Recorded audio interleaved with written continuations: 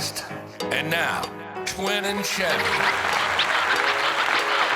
I'm your host, Maddie B, and today we're honored to share the stories of two Army veterans whose 20-plus years careers have taken them across the globe from the desert of Iraq to the rugged mountains of Afghanistan. These men, a 19 Delta Cavalry Scout and a 19-kilo M1A2 Abrams tanker, forged an unbreakable bond through decades of service and war. Let's meet them. Hey, what's going on, everyone? My name is Tailors. I'm a retired Sergeant First Class in the United States Army. I was a 19 Delta Cavalry Scout. Pretty much a 19 Delta Cavalry Scout is the eyes and ears of the military. So what we do, we go out and reconnaissance, surveillance, and disrupt. So we kind of like low budget spies, but on another level. So being a 19 Delta Cavalry Scout was probably a great trade for me because I was already sneaky and they already, I guess they kind of figured out that this would be a perfect job for you. So that's what a 19 Delta Cavalry Scout is. Scouts out, recon, first in, last out, in, easy out. Scouts for life. Hey everybody, how y'all doing? This is Sergeant First Class retired Darrell Smith, United States Army. I was a 19 kilo M1A2 SEP tanker, also a tank master gunner for the United States Army. You know, as a tanker is the main the United States main battlefield tank in the world. Ain't nothing can go up against that M1A2 tank. We eliminate all threats when we on the battlefield. As my partner in crime, my 19 Delta, my scout, you know, they go seek them enemies out for us and we come up there and kill them. That's what we do. Let's go back to the beginning. Let's get into why you chose the Army and how you ended up in your respective MOSs. All right. So I got to a recruiter. I only had two choices: 19 Delta or infantry. He showed me the film about the 19 Delta Cavalry Scout at first. They had a guy walking in the wood, and then it went to a split screen, and then they had another screen where a guy was like already camouflaged in the woods. He said, "Can you point the guy out in the wood line?" And I'm there looking at it for like 5 minutes. I couldn't point him out.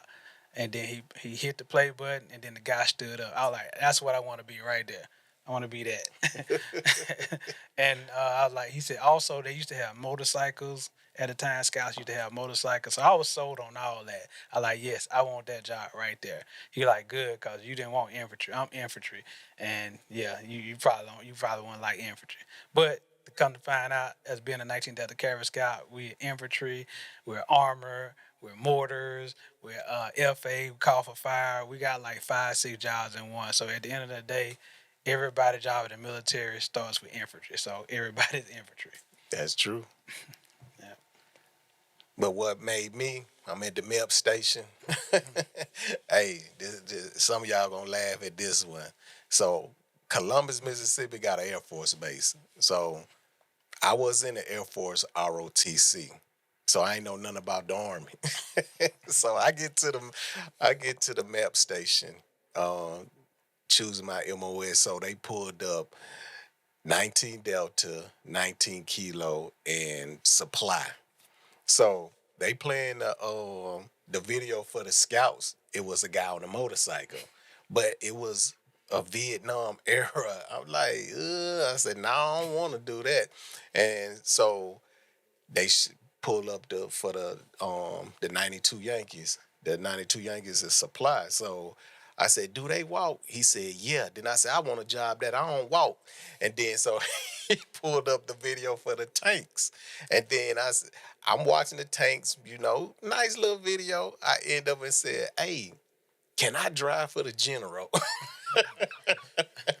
He sat there and said, yeah, you can drive for the general. I said, then that's the job I want. But as you can see, I never drove for the general.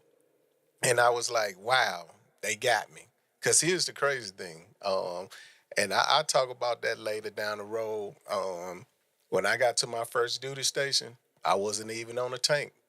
They had me on a Bradley. They had me as a Jaffo.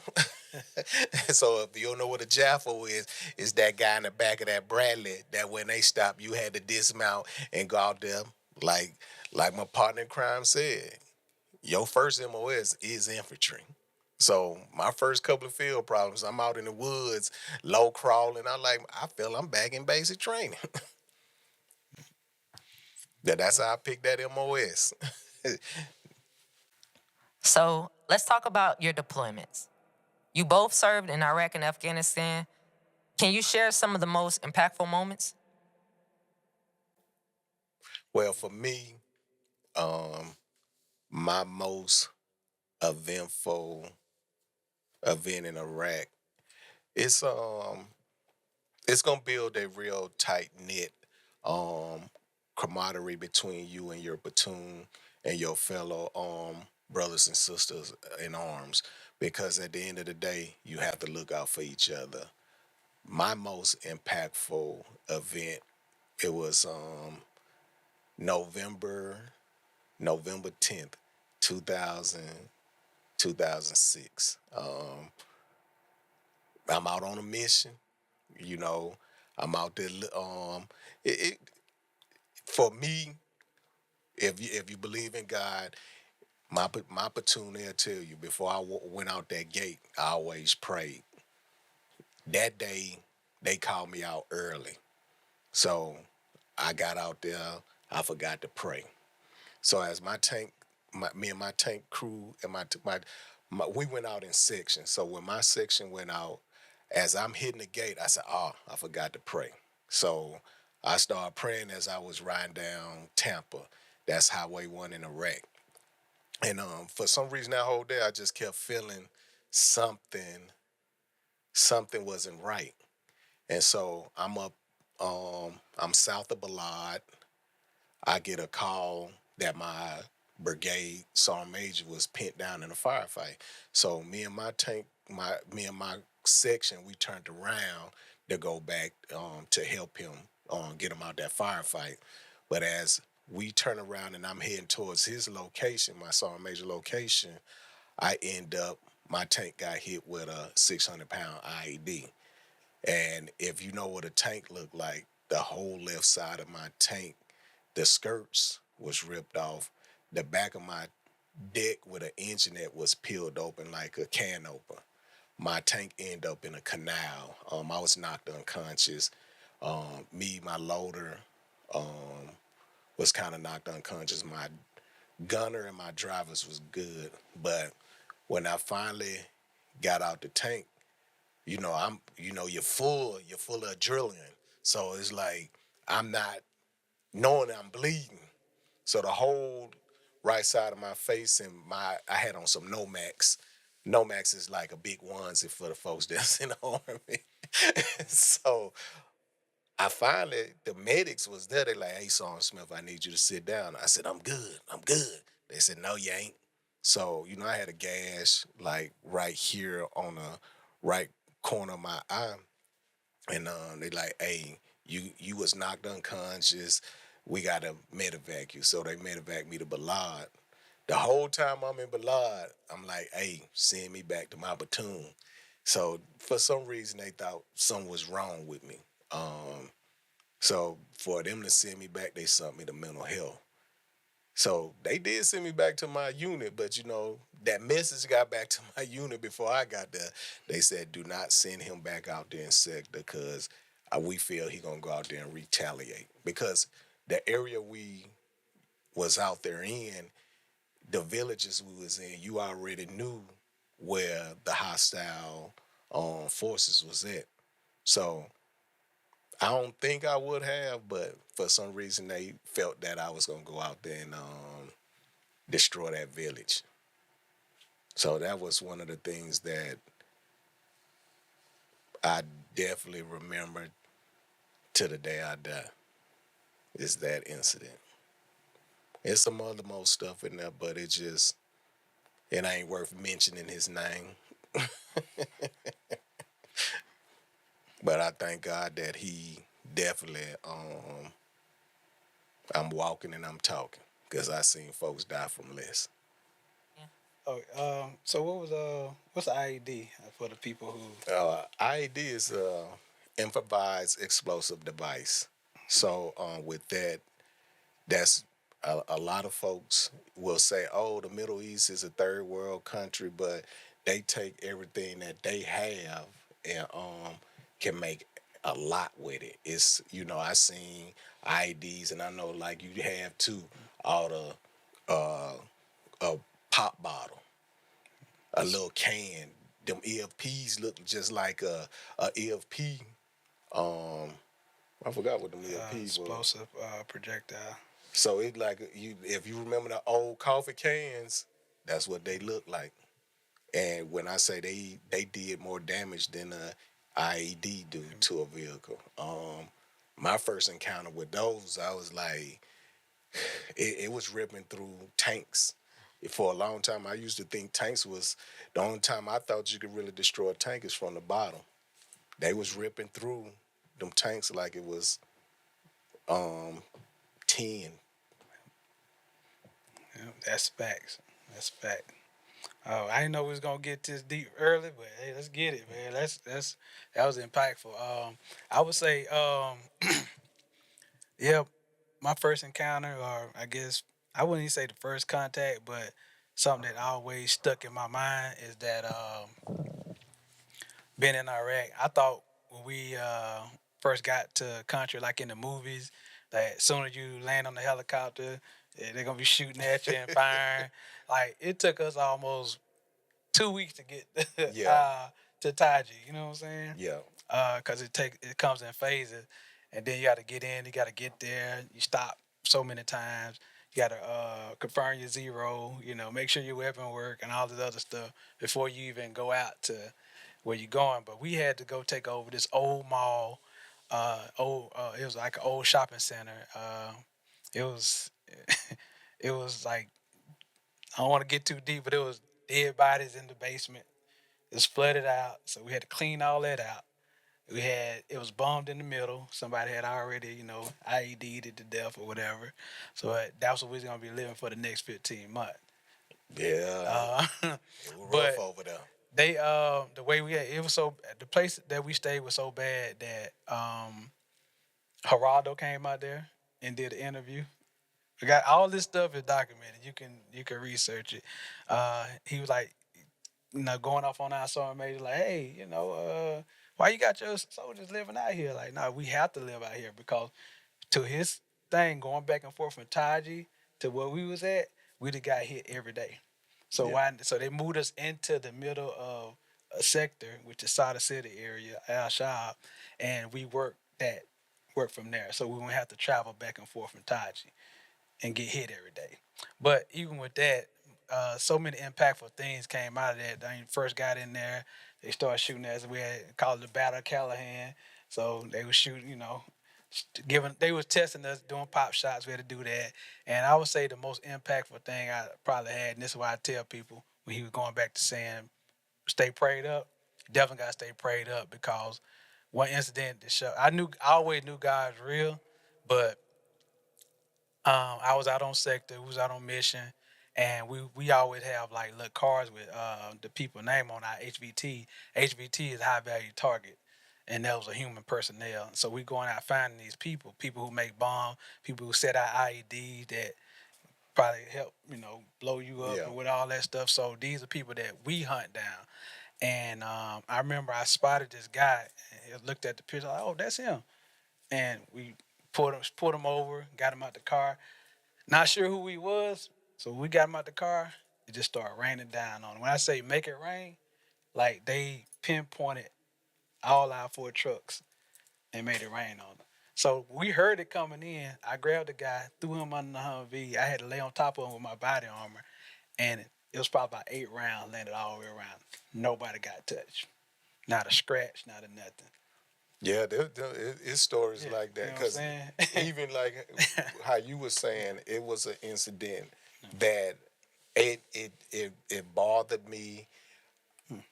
We like you said, I had a bolo list. A bolo list is the list we had. We had to pull over certain vehicles, search it, make sure that we don't have nobody there's that they don't have no contraband, weapons, drugs, and money. So this incident, this bolo list of this vehicle that I found it, pulled it over. It had a weapon cache in there, so they were smuggling weapons. But they tried to take off. One jumped out with an RPG and shot at my wingman. So what happened? We If you know, a 240 machine gun is used 7.62 ammunition. We shot up that vehicle from the front end to the rear end. Swiss And cheese. this is where I promise y'all, those dudes did not get hit with one bullet. And that's when after when I came back in off mission, what I ended up doing, I had my Bible. I had an old Bible my grandma gave me back in 1988. I still got that Bible to this day. So I went, and that's when you had the maps in the Bibles. So I took off my military map and I looked. I said, we're fighting on holy ground. And then I said, those guys, God protected, because the mission they had was way more than important than the mission I had. We took them in, but not one of those guys, not one bullet. And I'm talking about, I know my gunner shot over 400 rounds into that car. Yeah, that coax. It's coax. Yeah. Yeah. Now, a lot of people don't realize we was fighting in Babylon. Yeah. Iraq is modern day Babylon. All right. So, how did these experiences shape who you are to this very day?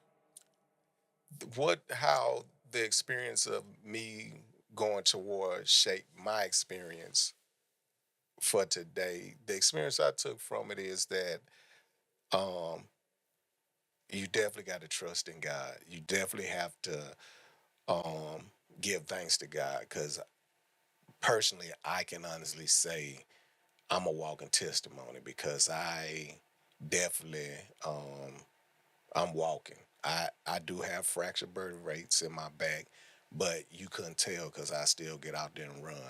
You know, I thank God for every day I'm walking, talking, and breathing. It also, the one thing that sometimes I wish I didn't have, it gave me an insight on what the world as a whole looked like. How a lot of folks take their day-to-day life as they thinking they safe when they're not. And that's the thing where I try to stay vigilant every how I move throughout life. Before I went to war, I was around here skipping like I'm in a field full of daisies. But now you're walking and you're picking around corners. But other than that, it's one of those things where it's an experience that I know everybody can't take and they won't be able to handle it. And I feel that God have, like you said, He will never give you something you can't bear, and that's definitely something. He pulled my plate full of stuff that I didn't think I can do, but I was able to do it. It's real talk. It's real talk. I kind of got the same perspective, cause like it was. I know God is real. I've been knowing that for a minute. He showed me almost every day that He is. As far as my perspective on life now, it's almost like, I guess, like the old saying with the astronauts say, once you leave Earth and you see Earth from the moon or wherever, you don't, when you come back, you don't look at it the same. Yeah. It's kind of like that with combat. You go into combat, and when you come out of combat, it's like, oh man, it ain't the same. And I went to Iraq and Afghanistan. I'm thinking you can't fight the same war as you did the other, or you can't fight the same battle as you did the last one. Yeah. You know what I'm saying? So going to Afghanistan, it was like a whole nother culture, a whole nother different thing. You know what I'm saying? I can't even explain to you how it is over there. Like, you got to see it for yourself. Yeah, I wasn't You know trying what to I'm go saying? over there. Yeah, you like, I can't even explain to you how medieval they live. And I'm not evil, but like they live in like the 15th century still. They still wear the same garbs type deal. So, and then just coming back here and being like, Yeah, we got it good over here. Much as people don't like America, a lot of people are like Ice Cube said, go overseas, you'll be begging to come back. You know what I'm Yeah. saying? So that's my perspective on life now. Like appreciate where you at. You know what I'm saying? Appreciate what you have. You know what I'm saying? So That's well said. I totally agree with you. After 20 plus years, you've seen a lot. How has your bond as brothers in arms evolved over the years? As you know, like anybody that's been in the military, they'll tell you you gonna meet folks that's gonna be your family, and I'm talking about that you will live and die for, and that's what me and Chevie are. We more than friends. We family. I know he'll give me his shirt off his back, and I will is on the same for him. So it's one of those things where you meet folks and you gonna bond instantly. You know, you might meet this person through somebody else, but that relationship with the person that y'all met through probably that last. But I feel God introduced you to good people in your life, and they stay in your life for a lifetime because that's that's his that's what God want to happen. He put good people around good people, and then y'all keep doing great things together. man, that's bars right there. Like yeah, and I think it clicked off real fast because I'm the type of person being from Mississippi. Anybody I meet from Mississippi, like you kind of automatic family for me. Yes, You know sir. what I'm saying? Even like I used to be scared to date women I met outside of Mississippi because I didn't know we were related or not. So it was little, hey, y'all, you sis, like you kinfolk, you know what I'm saying? Like so, just to kind of do that, but it was natural. We bonded through military, music, and just being from Mississippi. So yeah, those are the lifelong bonds and meeting people, and that's my goal anyway, man. I meet people, I want to build a lifelong bond, but everybody not for that. Yeah. You know what I'm saying? So you just gotta know who's for you and move accordingly. And he hit it on the nail. The three M's: Mississippi military music. So it's one of those things where we definitely bonded through music, and we definitely bonded in military. And the biggest thing is we both from Mississippi, and where that value that you have. I when I first joined the military, my unit was full of cats from Mississippi, Alabama, Georgia, and that was the best time I ever had because we all bonded and we took care of each other. Once I left that organization, it never been the same. But I always, everywhere I went, I always found some cool cats from Mississippi, Alabama, Georgia, Louisiana, um, the Carolinas, real good Yep. people. I ran into a few good New Yorkers, but and some You just some gotta get folks past from their Jersey. arrogance. Yeah, Yeah, they real good. I met some good folks from old KY, Kentucky. Shout out to John Woo. Woo. Yeah, it's a good deal. So, with that, what challenges did you face transitioning back to civilian life? Oh my God. I'm trying to stay on the positive side now.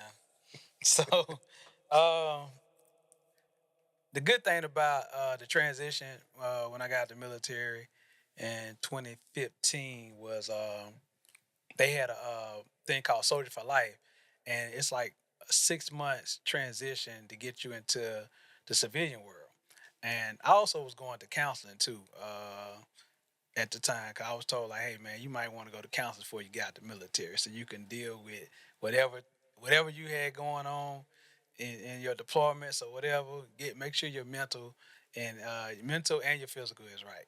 All right, cool. So um, transition was kind of like, all right, it helped prep me to get out. So when I actually got out and started kind of working in the music industry or just around civilians, It was a definite day and night. It was definitely day and night.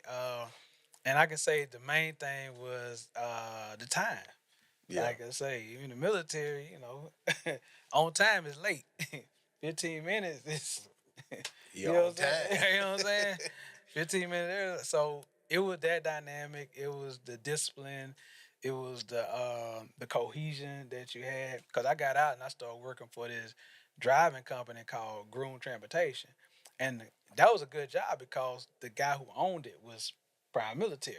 So he was like, "Oh, I got another one." I think something went out, but um, he hired me on the spot. He like, "Yeah, you good. I know you're gonna be good." And I helped kind of shape that, and it was hard to kind of shape the people who've been civilians all their life. Like, no, man, you gotta do this. You gotta check this. You gotta check. Man, I ain't checking that. You know what I'm saying? Like, bro, that could be a safety. Y'all can get up the road and break down. Cause we learned what PMCS, Yeah. safety, those. So when I go out there doing my checks, they thought I was trying to show them up. I'm like, no, I'm not trying to show you up. They're showing you like you got to do pre-check before you take a vehicle out on the road, whether it's your personal vehicle or your work vehicle. So those are the transition things that I had, the challenges I had, dealing with the civilian. Where it's way more. I'm gonna keep it on the light side. But for now, but as we go on, I can kind of give you some not so good stories about what I had to deal with, you know, coming out the military into the civilian world. Yeah, for me, transitioning to the civilian sector, um, my first 6 months, it my first degree was in IT. I thought I was gonna work in it, but them first 6 months was rough. I'm getting that interview to interview, interview to interview. Then so when I felt the Army trained us not to fail. And so when you coming into the civilian sector, it's not like, oh, just try again. So my mentality wasn't that. I took it as a failure. I get the interviews, but I would never get none of the jobs. So then I got to the point where I was like, everybody, oh, just wait, just, be patient. But this is civilians telling me this. And I'm to the point where, like, I don't supposed to fail. The Army had me at a point where failure was not an option. So I end up reverting back to what I did. I took a job overseas. So I was overseas about 2 years, and um, I'm back to the, you know, left, right, left, and I got to the point. I'm like, why am I putting myself in a situation where I feel like I'm still in the military? Then I had called Chevie one day. He said, "Hey, cuz, I thought you do music." And he said, "Man, come on to Atlanta. It's our time." And I sat there. I went to that morning. I was at my desk and I was sitting there. I was like, "What I'm doing here?" And so I'm online looking at houses. I flew out here from Saudi, started looking for houses, couldn't find 'em. The first time I flew out here, I couldn't find one. Got back on the plane, went back to Saudi. I'm in that bad boy. Now I'm on a hunt because it's the point where I'm like, I got to get away from a military style mind. And I knew if I would have went back to Texas, I would have been at Fort Hood. They call it Fort Cavazos now, but I would have been there and I would have been around soldiers. Then I'm a tank master gunner. You got General Dynamics there. I would have probably went over there and jumped on one of them jobs. And I was like, no, I have to get away from a military installation. So that's what, when I moved here, me and Chevy talked, then I said, cuz I'm gonna go back to school for music. And then I'm here. And that's, it kind of being around more civilians helped me, but some of the things like Chevy was saying, the time thing still bothered me. It took one of my teachers, Grammy Award winner engineer, and I was interning at a studio he was at, and the client showed up late. Then he said, "What you mad for?" He said, "They paid their deposit." He said, "That's free money for you." And he kind of helped me changed my mindset because I usually get hot mad because I'm like, why they late? Why they late? Why they late? So then I got to a point where I was like, hey, oh, they paid the deposit. Let me sit here and relax. So it's God put people in my life to help me get past some of the things I went to. But I will tell you, mental health at first, I, I I didn't jump on it like I should have, but it took um it took me a while to really embrace it, and then I just like, hey, it's helping me get through some of the stuff that I definitely couldn't get through it alone, and keep praying on the situation, you know. So it was a rough ride, but I'm here now. Yeah, most definitely. Yeah, it was definitely rough. Cause I mean, we're in a better place though now. You know, Yes. and like, the good thing about you, at least you got paid. I had to deal with it. You know, I was a little bit different. You know, my transition going into waiting on people and things of that nature. So, but you're right. I Atlanta's one of them places they say start at 8. Just know 10:30, 11. Yeah. So Looking back, what lessons do you hope to pass on to the next generation of soldiers? I like to pass on, let them know that your job as a soldier is not about you. It's about serving the people and setting up the next generation. Because we gotta have soldiers in place as we move forward as a country, as a people, or whatever, right? So whatever you put into it, that's what you're gonna get out of it, of course. But at the end of the day, you are here to serve, and I always remember that. I always remember the people who pioneer and trailblaze before you, and think about the time and think about why you are actually serving and what legacy that you want to leave behind. You might have heroes or certain people that you looked up to that did great things in the military, and you probably want to do something like that. Like I always wanted to be airborne, so I knew that the first black African American paratroopers, that was always in the front of my mind before I even went airborne to airborne school, and I wanted to leave a legacy like they had an impact on me. So, That's what's up, cuz. and I'm a 19 Delta Cavalry Scout at the time. And if you do the lineage on that, then you know that we are, you know, direct descendants of the Buffalo Soldier. And I'll let y'all do y'all own research on that. That's what's up, cuz. If you don't know what a Buffalo Soldier is, something wrong with you. Very distinguished group Yeah. of African American men in the military. Um, but what I will, for the new generation, the things that my advice to them is really understand what discipline is, understand what it means to go in there and give your all.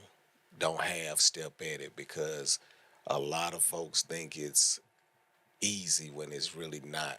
But the farther you push yourself and the things that you can accomplish is your mindset and your will and your understanding to be great at everything that you do.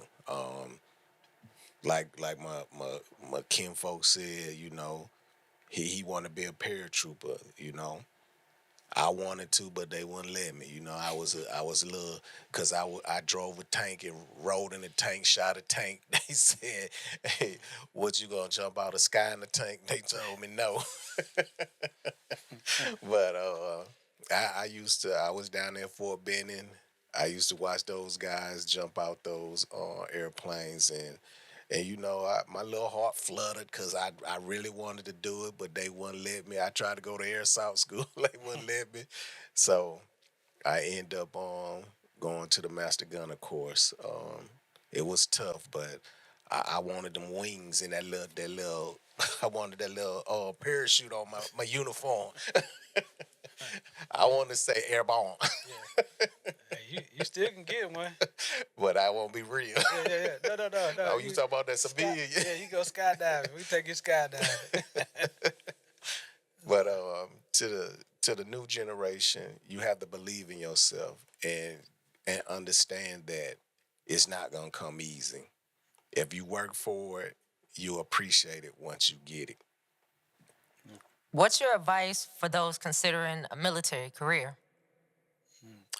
Yeah, I would say definitely pick a job that you love. Like life too short to have a messed up, terrible job. Like find something that you like love to do. Twin used to have a sign in here. I don't know why he took it down. Do what you love and love what you do. I can't see that over there, cuz. It used to be on the floor. I used to love coming in here and see it. But nah, long story short, like definitely find something that you love to do. If you want a job that you want to be indoors, go admin. Find something clerical to do. If you know you want to, fight, jump out of planes, and do all this other stuff, do that. Cause, like I say, once you sign up, like you gotta love it. There's gonna be miserable day that you wish you'd have never joined. But definitely find a job that suits you and that can help you out in the civilian world. Yeah, I agree with you with that. It's I'm gonna piggyback off everything you just said. Is you have to find what's fits you, because like when you're in survival mode, and like when I joined the army, I was in survival mode, so I just took what was available to put myself in a better um situation. But even when I got in, I was like, this ain't for me. But I toughed it out. I made the best out of it. It's at this point in life, the opportunities that a lot of civilians that are trying to join the military, you have the opportunity to research what you really want to do. And then that's when you have to, once you research it, you have to get that ASVAB up to a certain level. So you have the advantage that some of us didn't have that came in the 90s. So That part. do your research and be committed. It's not a civilian job. You can't go in and tell me, I ain't doing this, I ain't doing that. That's I thought, not my job. yeah, look, because you're gonna do many jobs. You're gonna sweep some floors, you're gonna cut some grass, you're gonna paint some walls, you're gonna post police call. You're picking up trash. Area You're a trash beautification. man. That whole 9 yards. So, but it builds discipline, and that's the key word, discipline. You have to be disciplined to um, stand the test. You got to stand it to even take that road to greatness. It's gonna always be obstacles in your way. So you have to set in your mind, I'm gonna succeed in everything that I do. And you have to go in there with that win mentality. Real talk. Yeah, I thank God for the opportunity to be able to talk about my military career with folks that is intrigued and want to know how the military life is and after the military, because it's the things that you definitely you look back and wonder, how did this guy get, or how did this woman get where they're at in life? Because at the end of the day, the military did shape me, and I wouldn't change anything about my life when it comes to my military experience and how it also helped me move forward as a civilian. That's real talking, folk. For real. I'm the same way with that. I actually appreciate you pushing me to get in front of the camera. That's one thing. And doing this Tailor Talk podcast, because I think we're going to help out a lot of people with this. As far as me with the military and just helping people, like it's a blessing. It's a blessing to be alive to tell these stories. You know Yes, what I'm sir. saying? And tell these vignettes. And um, I just look forward to continuing spreading good vibes, good words, and teaching the next generation that this is what it's all about. Doing what you love, whether you join the military, go to college, it don't matter. Make sure you do what you love first. You know what I'm saying? Find something that you would do for free. I ain't say do it for free the rest of your life, but I know if you do it and you love it, the funds and the financial blessings that come along with it. Yeah. Because, like I say, you do 20 years in the military, once you retire, if you're in good standings, you're going to be set for life. Yeah. You know what I'm saying? So, for us to be able to have the freedom to maneuver and get out here and do what we love and do what we want, pretty much, in a sense, That's what it is. That's what it is. Like I was telling my good friend Matty B the other day, I'm not into signing no contracts because we done signed like 3-4 contracts, lifelong contracts, throughout our lives. Realistic and Yeah. all right, get to that 10-year mark. You all in, you all out. All right, I'm all in. That means you signing in for what? The rest. The rest. You got 10 years. You could say 15. I want to get out. Oh, no, player. You see this contract here? Right. Hey, Yeah. go on, get on back in that field. Right. So yeah, like you were saying with his other job when he got out, and I was gonna kind of do the same thing. I was like, I should go overseas. But I was thinking more money wise. Then I started to realize I'll be doing the same thing I was doing in the military. Yeah. You know what I'm saying? With less support. You know what I'm saying? With probably less body armor. You know what I'm saying? With the less equipment on my vehicle that I was safer with, And I was like, it was tempting. I was this close too, cuz. And I was just like, you know what? I'm gonna follow my heart and do what I love. Yeah. And I hope everybody out there definitely follow your heart and do what you love first, man. And the blessings will come. Chevie and Twin, thank you for sharing this incredible journey with us. Your stories remind us of the sacrifices and bonds that define military services. To our listeners, thank you for joining us on this episode of Tailors Talk Podcast. If you've enjoyed this episode, be sure to subscribe, leave a review, and share it with a friend. Until the next time, stay strong, stay inspired, and honor those who serve.